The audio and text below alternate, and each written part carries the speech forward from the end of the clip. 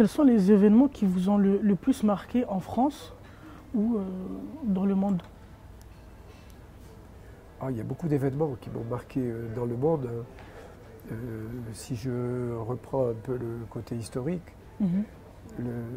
ce qui a été pour moi un déclencheur dans le monde, ça a été la conquête de l'espace. D'abord par les Russes et par Yuri Gagarin, qui a été le premier homme à sortir du berceau de la Terre, du berceau de l'humanité pour aller dans l'espace. Et puis Armstrong et ceux qui ont pour la première fois marché sur la Lune, ça a été, je dirais, un tournant de l'humanité.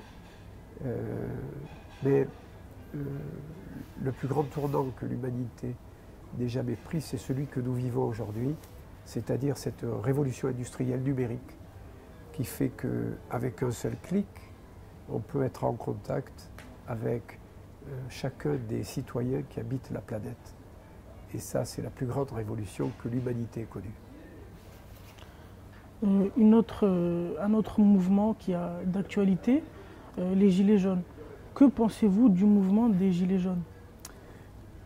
D'abord, je différencie le mouvement même des Gilets jaunes et puis ceux qui s'amusent à casser les villes. Ceux qui cassent les villes, j'en parle pas, je les condamne. Parce que quand on casse la ville, on casse le bien commun de tous les habitants.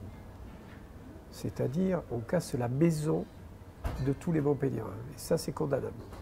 Si je reprends le mouvement par lui-même, en 2015, j'ai écrit un petit livre qui s'appelle « Réparer la République ».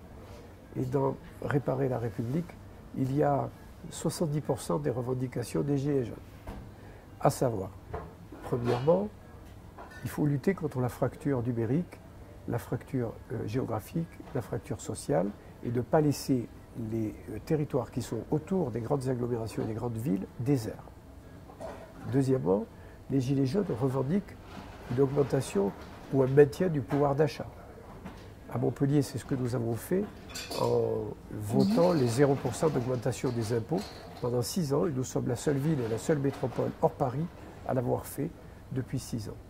Et troisième point, sur la réforme territoriale et la réforme de la Constitution, moi je suis favorable à une 6e République, qui n'est pas celle de Mélenchon, mais qui est une 6e République, avec un certain nombre de bouleversements dans la Constitution, et puis une vraie réforme territoriale qui fait en sorte que les régions, les départements, les agglomérations, les métropoles et les communes vivent de façon resserrée et non pas les unes contre les autres. Une autre actualité, le stade Louis-Nicolas qui devrait voir le jour en 2022. Vous n'avez toujours pas publié le résultat des études de faisabilité. Pourtant, vous vous êtes engagé à poser la première pierre le 7 juin prochain. Où en est le projet et quel sera son mode de financement?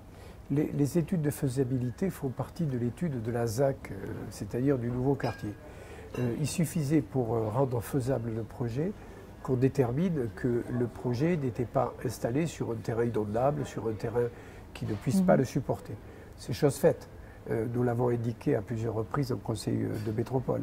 Il ne fallait pas de grandes études pour pouvoir l'indiquer. C'était simplement le cahier des charges du quartier qui disait à cet endroit on peut installer un stade. Par contre, avoir mis 10 millions d'euros à la ville et 10 millions d'euros à la métropole, ça va nous permettre d'engager les vraies études qui seront communiquées publiquement, évidemment, quand ça sera l'heure. Mais c'est long de faire un stade. À Lyon, le Groupama Stadium, il a fallu 10 ans. Aujourd'hui, on n'a pas encore posé la première pierre. On posera la première pierre avec une image qui donnera les grands axes du stade. Et ensuite, on rentrera dans les études qui seront communiquées publiquement. L'opposition utilise ça alors qu'ils ont tout voté. Ils ont voté toutes les affaires qui concernaient le stade. Et puis, le MHSC a besoin d'un stade moderne. Le stade de la Mosson aujourd'hui est inondable. Il a 50 ans. C'était un souhait de Louis Nicolas. C'est un souhait du club. Par contre, le stade de la Paillade, il faut aujourd'hui lui donner une deuxième vie. Et comme on l'a fait en Angleterre à plusieurs reprises, le réaménager pour qu'il puisse recevoir des start-up, des entreprises et créer de l'emploi à la Mosson. Je crois que la Mosson a besoin d'emploi aussi.